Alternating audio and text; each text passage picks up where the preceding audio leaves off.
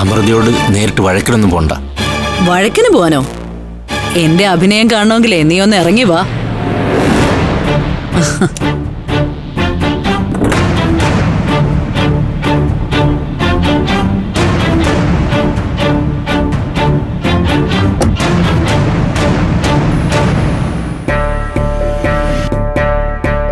മോൾ ഈ പൊരിവേലത്ത് എവിടെ പോയിരുന്നു? ഒരു കൊടയെങ്കിലും എടുക്കാറുന്നില്ലേ? കുടയൊന്നും എനിക്ക് തണലാവില്ല. ശത്രുക്കളെല്ലാം ചേർന്ന് എന്നെ വെയിലത്ത് ചുട്ടു പൊള്ളിക്കല്ലേ. ദിവ്യപ്രഭ ചതിച്ചതൊക്കെ അമ്മ അറിഞ്ഞു മോളെ. കഷ്ടമായിപ്പോയി. 1-2 രൂപയൊന്നും അല്ലല്ലോ, 2 കോടിയല്ലേ. ഇനി അതിന് എന്തു മാർഗം ഉണ്ടാക്കും? അവളോടൊന്നും ചോദിച്ചില്ലേ? ചോദിച്ചിട്ട് വരുന്നതാ ഞാൻ.